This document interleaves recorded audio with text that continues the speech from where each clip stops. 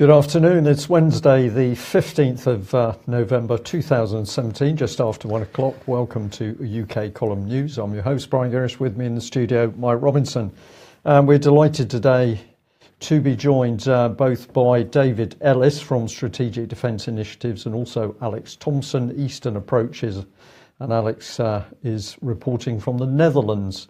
Well, Mike, interesting, the BBC has moved across to Mugabe, but we know that the real important news at the moment remains defence. And the evidence coming forward is, of course, that Britain's defence is now in a perilous state. This has been deliberately engineered by successive governments. What's the latest? Well, that's right. The Defence Select Committee was meeting yesterday, and there were a number of people giving evidence at it. On screen, we've got sort of the main points here. Defence is close to breaking point. Unless you put more money in, it's going to fall over. The army is 20 years out of date. It's not fit for purpose. Amongst other people, General Sir Richard Barrons was saying that. But David Ellis, you were at that meeting in the public audience, in the public gallery, rather. And Richard Barrons wasn't the only person making these comments.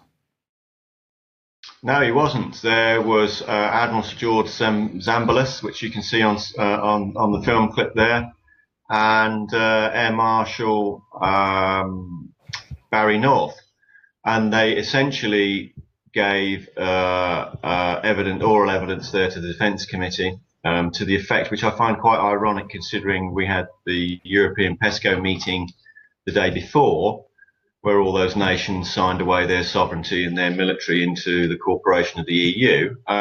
But these guys gave, frankly, a first-rate, polished performance on the reality, the actual status of what Her Majesty's Armed Service is in. I felt that they were completely in line with what we are saying and both what you guys there are saying at the UK column, in terms of it isn't fit for purpose. I mean, we've been sort of saying that there are no ships actually fighting capable, and we heard from General Sir Richard Barrons yesterday that the army could not sustain any war fighting currently as it stands. It's 20 years out of date.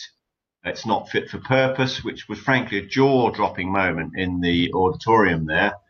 I was sat immediately next to Ben Farmer from the Telegraph and Deborah Haynes from the Times, and they were absolutely gobsmacked, as were, everybody in the audience at the level of punchiness. There was no holds barred. It was gloves off. Look, we've had, and I'm quoting from Richard Barrons here, poor government.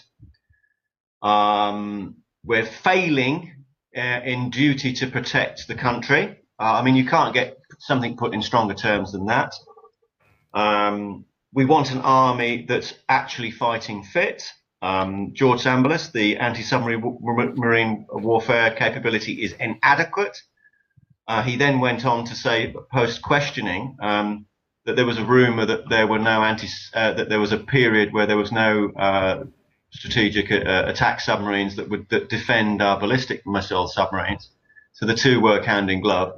That there was none actually put to sea, that was a rumour, and it was put to him by one of the MPs on the panel, and he responded in a frankly a splendid fashion, considering I suppose he was bound by the Official Secrets Act in a way, by coughing a bit and then going, well, as a First Sea Lord, I would ideally like a number more than one and not naught. Now, frankly, I think that told it all. That was probably the most professional way of delivering a damning indictment upon these ministers that are responsible for facilitating the funding from the Treasury into the armed services for this. So, some of the knockout lines that were coming from these guys were just absolutely, on the one hand, it's so sad for us to be hearing this, but on the other hand, this was the reality check that's needed. But you've got to say this with one caveat, that for many, many years now, these senior officers have been speaking out and they have been ignored. I mean, this is what triggered me into getting into gear, was what Admiral Sandy Woodward was saying in 2010. So the story's been the same. So we've now got to the point where basically these guys are saying, look, we can't defend the islands. that was essentially the message, that nothing works. It's absolutely, the term was hollowed out. So, the gambit was that there wasn't enough money from George Zambellis, and the responsibilities that they were asked to undertake within the defence programme and the SDSR 2015 could not be done, that the services were falling apart was another one. And I think that some of the other quotes which were quite crucial were that the denial to hold it all together, that government was in denial that the military would hold it all together under goodwill. But considering that the amount of smashing that the service personnel have had and endured with the best of their forebears and the old guard, particularly Royal Marines, paratroopers, being arrested for doing their job in the line of duty, which the Crown has asked them to do. I've got to perhaps cite the Marine A case and things like that with Al Blackman. So I've got to say, of all the days I could have picked to have gone to DEFCON, this was frankly one of the best moments, because everything sort of come together. Right, David, was there any mention of European military unification during this meeting? Well, there was in the lobbies between me and some of the officers, and they were all very much opposed to it, didn't want to have anything to do with it, and the comments were quite strong. I'm not going to repeat them on air. I then cited, well, as long as, obviously that was one fundamental for us, that we needed to have that as a baseline, because we can't go forwards unless we stabilise that situation. And the caveat was then at that stage, I said, well, are we all in agreement that the lack of money is a lie? Which they all said yes. They all accepted that was a lie. So there was a lot of questioning to do with Michael Fallon as well, actually, during the committee. And essentially what we were doing, what we come to, the conclusion I come to was basically that what Fallon had said in DEFCON previously was completely incoherent. Yeah. David, if I may, just perhaps for some of our viewers and listeners who may be new to the subject of the state of Britain's armed forces, but let's summarise a little bit what we know. We know that in the Royal Navy things have got so bad that only a couple of weeks ago the report was there wasn't one single Royal Navy ship that was 100% operational. We've seen reports that the Navy is going to be short of surface-to-surface weapons, air-to-surface, in particular helicopter-launched air-to-surface weapons. We've got problems with recruitment across the board. We've got 20% shortfall in trained warfare personnel in the Royal Navy. We've got the fact that the nuclear submarines are not operational. The Trident boats, the so-called bombers, the nuclear deterrent boats are going out, but the SSNs that should be going out to patrol and protect Britain's nuclear deterrent, we now know that they're not operational. You've now told us that the report is that the Army is, quote, 20 years out of date. We've got massive problems with the size of the Army now, because 80-odd thousand men is simply not enough to carry any form of significant combat. We've also been hearing reports that, for example, in the RAF, the Tornadoes are no longer serviceable. So this is a massive breakdown of Britain's military capability. You've just used the term hollowed out. This is not a question of not enough money, surely, David. This is a question of deliberate policy in order to break down Britain's defences. This is deliberate. Well, certainly what's deliberate is the direction of money and policy. They can't say that was accidental or incidental. And from my point of view, this is a question of redirecting money from Bank of England, Her Majesty's Treasury, away from Her Majesty's Armed Services and into EU streams. So there's the money nonsense for a start off. And you've got to sort of then say, well, there must have been a gambit and a perspective within those upper echelons and those higher offices that they would manage and go on a pan-European military unification, military union route. Because we have got, despite of all of this with PESCO not being signed for the time being, that's the caveat. And there are options still out there for additional membership of EU PESCO and military union.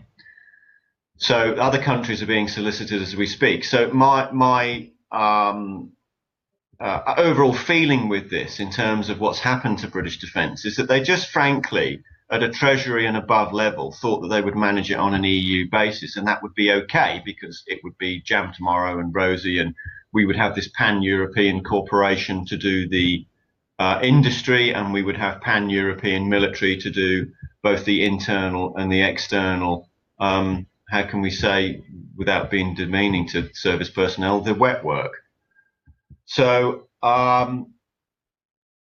it's got to be carefully worded how you kind of put that over. So we are where we are, and Zambellis is using the word hollowed out. And the key thing here is, of course, is, well, actually, you know, if you had to choose a word from an admiral's perspective, okay, well, let's go with that because he's at the coalface.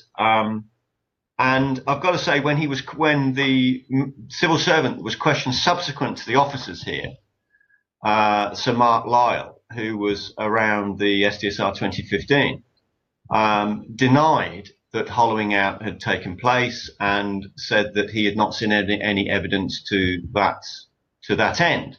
So Mark, Right Honourable Mark Francois, had Ben said to him, well, no, that's not the case. We've just had evidence from the former First Sea Lord here, saying that the armed services have been hollowed out. And Mark Lyle stuck to his guns and was just in absolute denial that this was the case. Yep. So, you know, I think that the reality check here has got to come from two quarters. The MPs have to start doing their job and get out of their Stockholm syndrome that they're within their parties and start doing their job. And they've got to make these civil servants come good, because this nonsense, you know, that we're seeing here, you know, this utter denial that this is the case. And there was a lot of talk about, you know, why do we need a new review and so on and so forth? Why are we having this mini review? What was wrong with the last review? Well, clearly the last review was an utter load of nonsense, and they thought that they would go off in a period and let's say join up with Junkers. I mean, well, what other option was there? You know, you get to a point where you've cut the military to such an extent where it can't function as a national military. Then there is no other option, is there? Indeed. Well, look, let's move on to this. Alex, let's bring you in at this point, because I mentioned on Monday that Boris Johnson, I showed the little video clip of him arriving at the European Council meeting where the PESCO deal was done, and we showed how Boris was blustering his way through 90% of what he had to say. In the last couple of sentences, he sort of tipped his hat to Defence Union and said that Britain's role in this was to be the flying buttress to the EU's cathedral of Defence Union. And of course, we saw nothing in the mainstream media about the European Council meeting, and we saw nothing, I speculated offline off this programme with Patrick Henningsen about whether, when the Foreign Office put that Boris Johnson's statement up on the Foreign Office website, whether that would be the Defence Union comments would be edited out, and indeed they were. So we had complete radio silence in the UK from the Foreign Office to the mainstream media over this. Not so on the mainland of Europe. And you've put an article up on the UK Column website, how the Dutch press reports EU military union.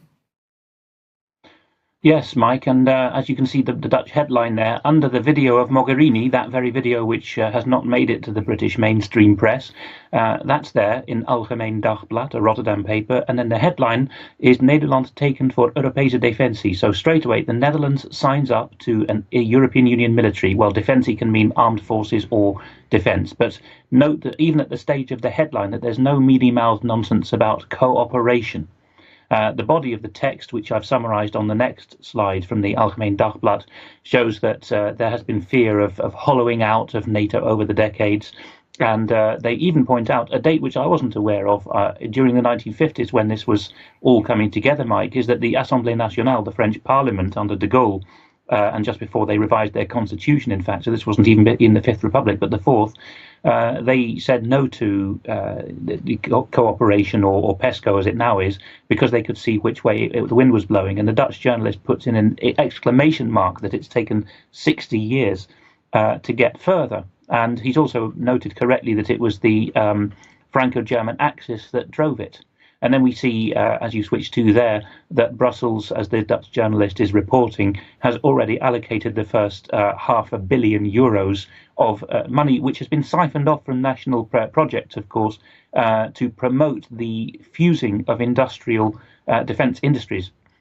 And then at the end, we see the Dutch journalist admitting that this is going to mean the breaking open, as he puts it himself, opengebroken in Dutch, the breaking open of the defence industry and forcing them to compete for tenders on a Europe-wide basis. And very tellingly at the bottom, after we see that the admission to the Dutch reader that, yes, our Navy and Air Force are already intertwined with Belgium and our army is already under German command, it says, soon all member states will have units which are interoperable. And this is a phrase which has been upon us since the turn of the millennium, hasn't it, Mike? And now we see what the meaning was, even when it was used in Britain in the civil service, let alone the military back in 2000-ish. We now see what that means. It means independent of which umbrella and acronym it goes with. So it's globalism, the iron fist of globalism in the velvet glove of interchangeable acronyms is how I now understand the term interoperable. Because interoperable here is defined as units which can be used either for NATO, EU, UN, or other operations. So we can play as many musical chairs as we want, but globalist configurations will continue to use the same troops, the same grunt work. As a codicil to that, and it's difficult to say anything about recruitment policy without sounding snobbish, but I'm going to go for it. We've had deliberate policies in army recruitment in particular, less so in the other services, of keeping certain areas of the northeast of England, the central belt of Scotland, the South Wales valleys depressed and devoid of other work opportunities in order to recruit the young men. And some recruiting sergeants have written to companies openly accepting that. Now the French and Germans are doing the same. They don't have the Fijians to recruit or the Gurkhas, but they're now openly saying, both, first of all, the Germans, which has become a security issue in Germany, and now Macron, now he's clinging ever closer to this German axis. They're openly saying, well, you needn't be a citizen of our country or even a citizen of an EU member state in order to serve in any of our national militaries under this PESCO umbrella. So we're very soon going to see Arab, Slav, whatever mercenaries serving to make up the bulk of this military, which in turn is going to be interoperable with civilian policing operations to quell internal dissent. And that is the real dangerous aspect of this, because this is something that, just remind everybody, Federica Mogherini and Jens Stoltenberg were really pushing very hard at the October-November 2015 European Defence Agency conference. This intermingling and this merging of civilian and military functions, this goes alongside what we've been saying with PESCO. Yes, this is it. There's going to be, I think it's so interoperable. If you look at the top level blocks, if you look at our Joel Skousen interview, and others have said the same, if the EU decides to hang America and to make the best of a bad lot and cut loose from America for various reasons, such as isolationism, as it's sometimes derided as, or whatever, if the Orwellian three power blocks shift so that Eurasia and East Asia are together against Oceania, shall we say, then with the new Chinese infrastructure developing, you could easily see even Chinese units or even African mercenary units serving through train-borne shuttling, being deployed in Western Europe if there are problems there, dissent. So I think I can really see that coming now. This is going to be the army for the world island, to put it in Sir Halford Mackinder's terms. Everything that isn't the Americas and Oceania is going to be in this military system, as far as I can see, with the City of London presiding over it. Well, look, we got to move on a bit and get through some of this stuff. But this is your article: How the Dutch Press Reports EU Military Union. Suggest everybody goes and looks at it. Now, it's not all bad news, Brian, because Lockheed Martin has said that they have now delivered the 13th F-35 to the Ministry of Defence. So this is fantastic news, isn't it? Well, clearly we're going to be dominating the world with those F-35s. But F-35, if there's enough oxygen. Well, indeed, because unfortunately, as we reported many months ago, the F-35 was grounded for quite some time. as a result of pilots experiencing hypoxia. Unfortunately, it's still happening, and even more unfortunately, nobody knows why, or nobody can give any real explanation as to why this is going on. Let's have a look at defence and sort of autonomous vehicles and AI and so on, because in the Defence Select Committee meeting, Admiral Zambellis was saying something. He was asked a question by Plymouth MP Johnny Mercer, who's looking, I have to say, very fetching in his new moustache. Let's have a look at this. The country's just had the 2015 SDSR, so for your average guy or girl in the street, we're going to start thinking the keys in the title are Strategic Defence Review. What would now we're doing one sort of mid-term, what would your priorities be, and why do you think we're doing it? I think there's two fundamental considerations for conducting a capability review. The first is that the strategic circumstances have significantly shifted globally since the last Defence and Security Review, and you can spend some time examining what they are, but most of us have a feel for what they are. And the second, which I think is a fundamentally misinterpreted responsibility, is the rise of technology, which is going to hugely change the nature of defence and security in the next 20, 30 years, including the widespread use of autonomous vehicles and unmanned vehicles employing artificial intelligence, therefore taking people out of the loop in increasingly large numbers. Admiral Zambellis will be very delighted to know that Harriet Baldwin has just been in the United States for the first ever demonstration of a UK-US unmanned military vehicle convoy, which has taken place as part of the last mile logistics to frontline troops. It's an exercise, a robotics demonstration between US and UK armies in Michigan. So this is what she had to say. 100 years ago, we pioneered tank warfare with our US allies, and today we remain at the forefront of military technology together. This exercise has proven the success of our ongoing investment in science and technology as we see concepts becoming reality. This particular project is spearheading solutions to the notoriously dangerous operation of supplying our front line on the battlefield. Delivering crucial food, fuel and ammo remotely will help save soldiers' lives. David Ellis, if we are increasingly looking at the use of autonomous vehicles and we're increasingly removing people from the battlefield, then who becomes the target then under those circumstances?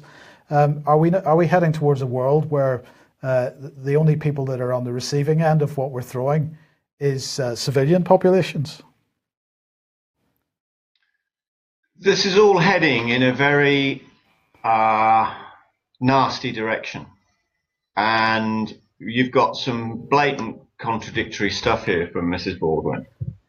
Because it's not 5 minutes ago she was telling Brian Gerrish there that there was nothing wrong with the Royal Navy. Well, we've just heard that's a pack of lies, which of course we all knew, but getting some sort of sense of admission on that would be difficult.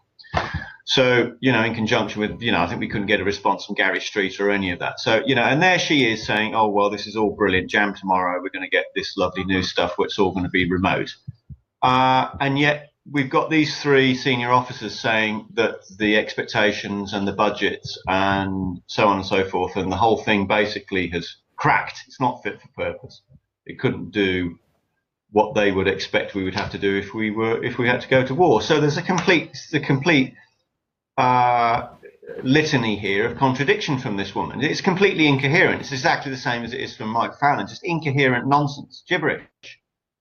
But ultimately, what's the direction they're going down here with this AI? They want remote strike capability on a grand scale. And the question there, of course, is who controls that? So if you're going to put remote strike capability, you're going to take people out of the loop. It's somebody with a gun or somebody with a finger on some kind of trigger, ultimately saying yes or no to orders from some other person, an officer, Now, of course, if you're going to take people out of that loop and just do it remotely, digitally, computerized, at some stage, considering this horrendous hybrid warfare that we've seen for the last 20 odd years in the Near East and the immediate Eurasian borders, and the destruction that's happened out there, who's going to control this? If the EU are going to do this, then that's a tyranny. Nobody elects them. Who the hell's in charge? Who does Junkers take his orders from? Nobody knows. Well, these people are not accountable, and you're going to have remote strike capability with AI. No way. It's like something from the Four Horsemen of the Apocalypse. Well, it gets better, Brian. It gets better because yesterday, Theresa May, Philip Hammond. Today, Theresa May and Philip Hammond are hosting a Downing Street reception for the tech sector, and they say this is going to reaffirm the government's commitment to innovation.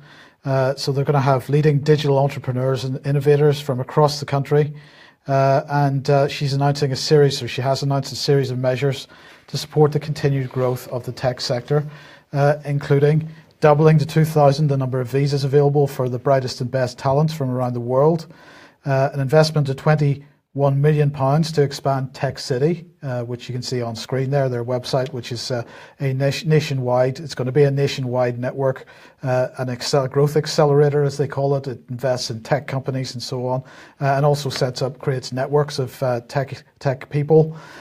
So another 20 million fund to help public services take advantage of UK expertise, including in the use of artificial intelligence. The launch of another £20 million training programme, which is going to challenge thousands of young people. There it is, cyber discovery, between the ages of 14 and 18 to test their skills against simulated online cyber threats. This all follows on from the government's digital strategy, as they call it, our digital strategy. I'm not certain that it's my digital strategy or yours, Brian, but it's theirs. And that was published in March. It sets out how they intend to make the UK the best place to build and grow a digital business. It set up 7 pillars which underpin the changes that they want to see. The second pillar, just list a couple of them here. The second pillar is skills. The third pillar is making the UK the best place in the world to start and grow a digital business. The sixth pillar is to digitise the government. And then the final pillar is data. So in order to sort of soften the data gathering and surveillance aspect of this, they're going to introduce the new Data Protection Bill, which apparently is going to bring UK law into line with the European Union, which seems like a strange thing to do under the circumstances. Under the proposals, individuals will have more control over their data, the right to be forgotten and to ask for personal data to be erased and so on. We're going to change history in that process, but that's kind of to soften the pill of the amount of data collection that we're going to have. It's not just government, it's also the Bank of England. They're pretty keen to challenge people on the cybersecurity issue, and they're offering an internment to anybody. I think internment is probably the wrong word there. Yes. It might be a Freudian slip. They're offering people to come and work for them for a short time while they learn about cybersecurity and so on. But it doesn't end with the military, and it doesn't end with government, and it doesn't end with turning us all into digital citizens, because apparently it's going to go for the police as well. Artificial intelligence for policing. This is the Oxford Internet Institute. They're holding an event in a week's time or so. And who's speaking at it is a lady from the Open University. This is just mentioned that the Oxford Internet Institute is a multidisciplinary research and teaching department at the University of Oxford. And I say they've got Dr. Miriam Fernandez from the Open University to give a talk on artificial intelligence for policing. It will provide an overview of how AI and technology development can contribute to existing policing practices. And in particular, they're going to look at 3 different projects. Police engagement via social media. We've talked about that recently, Brian. They're also going to talk about detecting grooming behaviour on social media using AI. And they're going to look at radicalisation. They're going to turn the PREVENT program into an artificial intelligence program is what they would like to do. So we're finding autonomy, AI, moving into all our major institutions. And nobody is actually taking a step back and asking, is this actually what we want to do?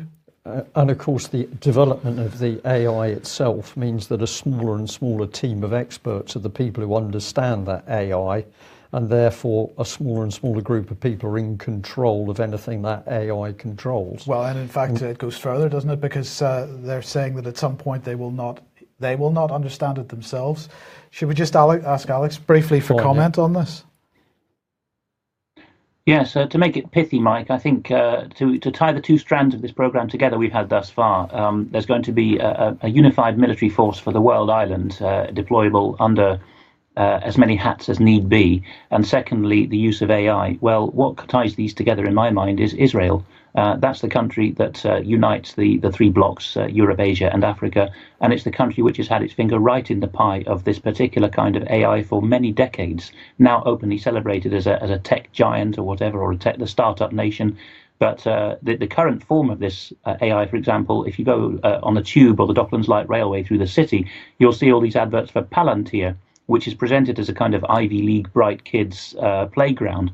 But it goes back to the frame, which has continued to be used in NSA as PRISM, and which was first developed as PROMIS, PROMIS, in a Washington law firm in the 80s. And again, Israel's hands are all over this. And in fact, there's a trail of bodies when you look closely as well, anyone who gets too close to finding out what this is all about. So I'm not saying the nation Israel is behind all this, but Israel is a center of operations and benefit for all the elements we've been talking about today. Alex, thank you very much for that. Well, I'm going to say policy is often the thing to follow. It's not the nation, it's who conducts a certain policy. But let's come back onto the Royal Navy. This is a story which has now come up both in local press here in Plymouth and also nationally. We've got senior Royal Navy officer groped away at junior rating on board a Plymouth based frigate, a jury's been told now. This case is ongoing at the moment, so our reporting has got to be suitably measured, but it concerns this gentleman, Charles Howson, involved with all sorts of organisations locally, an incredible list of interests, including the NHS and the railways. But he's been accused of groping sailors. This is going back into the 80s. One of the former ratings said Howson started groping away at his crotch area, touching his genitals above his trousers. And the person went on and said, I was like a rabbit caught in the headlights. I did not know what was going on. I was shocked. Now, the point that I'm going to make on this, of course, is that incidents that take place on board a warship, this is a very difficult environment. There is nowhere to run. There's nowhere to hide. And when people abuse power, they are in a very, very powerful position. So this is part of the main headline. Ex-Navy officer Charles Howson groped men on board the ship. The ship was HMS Cleopatra, figured there. I served on this ship myself at the time that Charles Howson was second in command. I'll leave that statement there. There'll be more said in due course when this trial is over. But the prosecutor, Paul Dunkels QC, said the alleged offences between December 85 and September 1994 were about sexual behaviour towards young males, which could be described as groping. And he also went on to say the common theme was his dominant position, his rank, age or position. And this is the pernicious thing, Mike, that when somebody in a senior position with immense power does something inappropriate with a junior rank, that is a very frightening position for that young person to be in. And this is the other statement. Mr. Howson was emboldened because he thought he could face off any allegations. I'm too powerful, I can get away with it. Now, one of the organisations that Mr. Howson worked in after his time serving in the Navy was Groundwork Trust. Very interesting charity, popped up in the late 80s, early 90s. It's suddenly helping create better communities. He was involved in that. The allegations say that abuse of youngsters involved with this charity took place, but the key thing is nobody did anything. What this charity is, I didn't quite realise at the time. I get a feeling of big society now, Mike. This is community activism, and if you have a look at the inset there, this is showing groundwork operating right the way across the country. Some interesting partners and sponsors, including the Department for Community.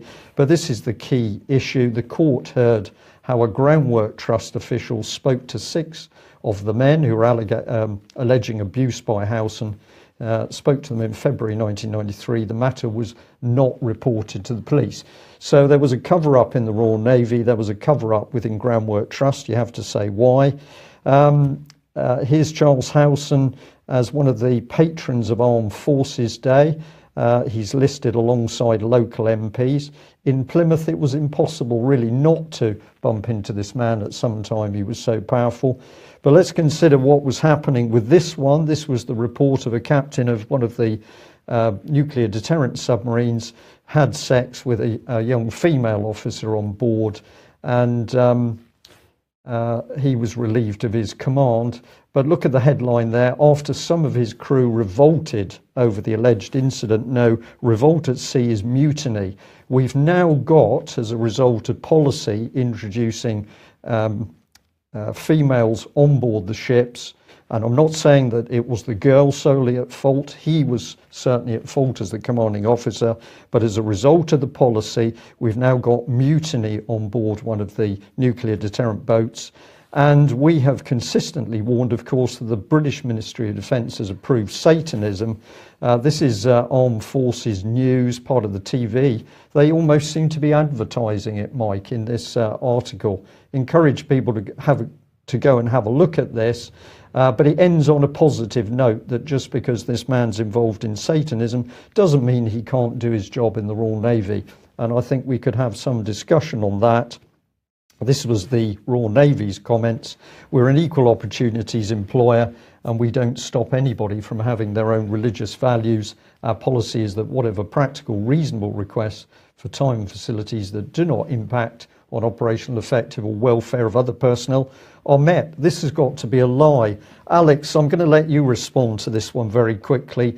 I think we are watching an engineered breakdown of discipline and morale within our armed forces. I'll come back to this statement that, of course, in a warship, if you're at sea, there's nowhere to run, nowhere to hide. So any bullying or abuse that takes place is magnified greatly. This is a despicable British government policy. Yes, Brian, I mean, to make it as brief as possible, Marxist thinking, which involves the breakdown of institutions, families and nations, finds natural allies in certain destructive tendencies in any religious persuasion, in Sunni Islamism of the extreme kinds, and particularly in Satanism and certain forms of Judaism, because all of these have a doctrine of destroying the unbeliever and destroying the world. You can't say that that's true of the majority of Jews or Muslims, but you can say it's true of the majority of Satanists, because Satanism is par excellence and by its definition a destructive and deceptive creed. It's, Anton LaVey's Satanic Bible, and more particularly Aleister Crowley's Book of the Law, contains detailed instructions for destruction and deception that would go far in advance of anything that Islam or Judaism are accused of having. Satanism is, by default, a revolt against religion and indeed against family and national order. It's got no comparison with any other religion, and to put it under the umbrella of a religion is, of course, a slap in the face to believers of any kind and to honest secular atheist patriots as well. We need to listen more to the likes of Robert Greene and Wilfred Wong about this, and directly to those who've been victimized by Satanists, and not listen to their PR machine. Just before we move on, Brian, that first image you showed, Mr. Howson seemed to be very close to the royal family. Immensely, is this another example of someone who has been behaving in a certain way that has, like Jimmy Savile, close connections to the royal family? This can't be a coincidence, can it? Well, I wouldn't have said so, but he has immensely close connections with the royal family. The royal family appeared in Plymouth, it seemed, at the drop of a Howson hat. But more on that in due course. As I say, that hearing is going on as we speak. and therefore our reporting has got to be particularly measured. We will wait, of course, until there's a final judgment in that case, and then we're going to be able to comment a lot more. I'm just going to remind people we're talking about the breakdown of our armed services. This was the comments by Danny Kruger, Tory advisor to David Cameron. The Conservatives plan to introduce a period of, quote, creative destruction in the public services. And that was reinforced by Nicholas Bowles MP, who said the Prime Minister and his deputy Nick Clegg want their people power revolution to unleash chaotic effects across local communities. Chaotic, therefore, in our vocabulary is a good thing. So there is the proof of the Conservative policy, at least, to cause breakdown. Now, let's come on to a happier subject. A big thank you to all those of the British Constitution Group who helped the special briefing in the City of London last night. It was a very, very useful meeting, and we'd like to say thank you to everybody that helped make that happen. And I'd also like to say a big thank you to former Metropolitan Policeman John Wedger, who turned up and gave a wonderful synopsis of the harassment and bullying which he's suffered from the Met Police since he took the lid off the protection of those abusing children. And of course, John Wedger is also talking about abuse of children by members of Westminster itself. Compare this brave man to this man, Sergeant Tangy of Devon and Cornwall Police, who is now getting Herald article time because he's sending out tweets. I find this astonishing, Mike. People can go and have a look at Sergeant Tangy's Twitter page themselves, but this is one of, I think, his most pathetic efforts, but it's promoted him to a major article in the local paper, Policing by Twitter by a twit. Right. The Telegraph here has got an article from Penny Mordaunt, who, of course, is the new International Development Minister, and she's saying that she will prove that Britain can be proud of its aid and that it can trust the way that we spend it. So Britain can trust the way that UK aid spends its money. That's fantastic.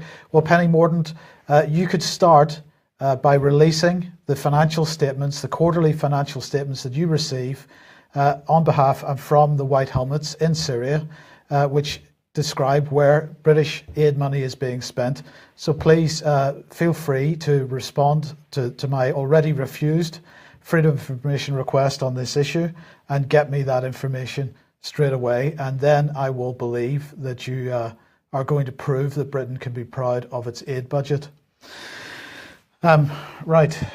Brian, I think we're going to end on this one. Alex, first evidence that Russia used Twitter to influence Brexit. This is all over the British media at the moment. How much further, how much more are we going to have to listen to this absolute tripe? I did notice, by the way, before you comment, that there was some suggestion at the Defence Committee meeting that there was evidence that Russia had been behaving in this way and that military people had been briefed on this. But what are your thoughts? Well, if you keep that slide there a moment, Mike, it's a bit hard for me to see on this screen. But the main thing is that I've underlined in red on the left there that Wired.com is calling this the first evidence that Russia used Twitter to influence Brexit. And it's talking about rhetoric. So there's no actual influence on how to vote. It's talking about tweets from people who tended to pop up. Anyone who's active on Twitter will see them. These people who pop up who may or may not be where they say they are, saying, I'm a patriotic Texan or whatever. Tweeting scenes of rioting in Europe and say what the hell's going on in Europe. And apparently, according to this, quote, security startup New Knowledge, which is a US-based organization, as you'll see, which I've quoted from the article in Wired, we now have the first proof. We get to see a couple of the tweets, none of the traffic data, metadata, just the tweets themselves with the enraged Texan saying, I don't like what's happening in Europe. And then this bunch, New Knowledge, then say, oh yes, here's a Russian network that we've just dug up. And what I'd fished out there from the About Us page on New Knowledge is that the chap on the left was a former US State Department consultant. And the lady on the right, who is part of his hobby horse organization, which is Data for Democracy. That sounds nice and unsinister, doesn't it, in light of what we were discussing earlier? The lady on the right has been dragged in by him as CEO because she's in this Data for Democracy outfit, and she's an anthropologist.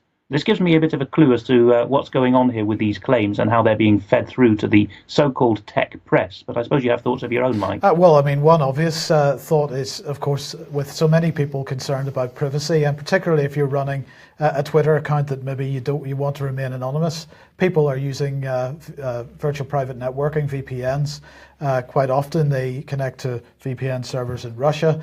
And one of the bases for a lot of this rhetoric seems to be that traffic is coming from Russian IP addresses. Well, that doesn't actually prove anything, Alex.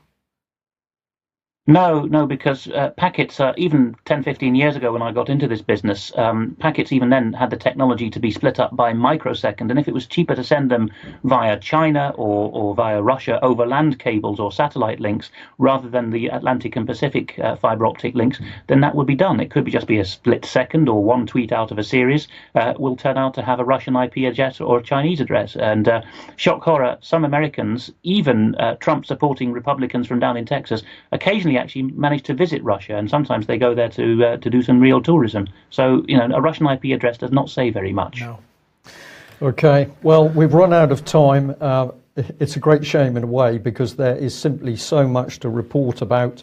But we have put out great and detailed information there on the state of Britain's armed forces. Why is this important to every man, woman and child in the country? Because without our armed forces, we cease to exist as a nation state. I think our guests today have been very measured in their analysis of who has said what. I personally believe that to bring our armed forces into this state, perilous state, represents high treason. That is the expression I'm going to use. I'll leave the audience to think about that, but don't just sit and listen to UK Column. If you like and agree with what we're putting out, please check it, push that information out far and wide. That's why we do what we do. Thanks very much for joining us. We'll be back same time tomorrow. Bye-bye. Bye-bye.